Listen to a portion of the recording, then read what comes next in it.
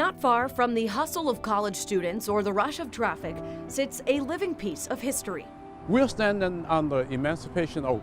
More than 400 years old, the Emancipation Oak is rooted in the past. It was under this tree that the first reading of the Emancipation Proclamation took place in the South. Those words, freeing African American men and women, changed the course of history. And look at a different time in history when I could not have been standing here basically as a free person.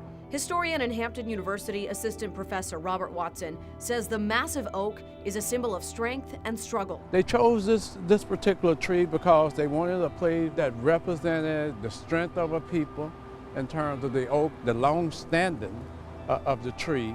And this was an area, all around this area is where they're in downtown Hampton, is where there were enslaved peoples. Its significance isn't lost on students. Big historical events happen here.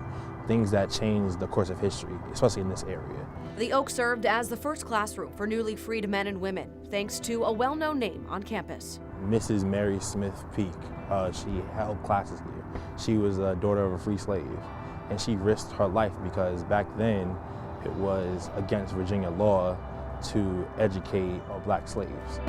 From the shade of a tree to a university, things have changed, but education is still the focus. And it means a lot to you to just sit here and think about the people that were educated here. You know, now we go to school in these big classrooms and buildings, but you know, this tree provided shade to people while they were learning and getting their education. So it really sits with you in a heavy way.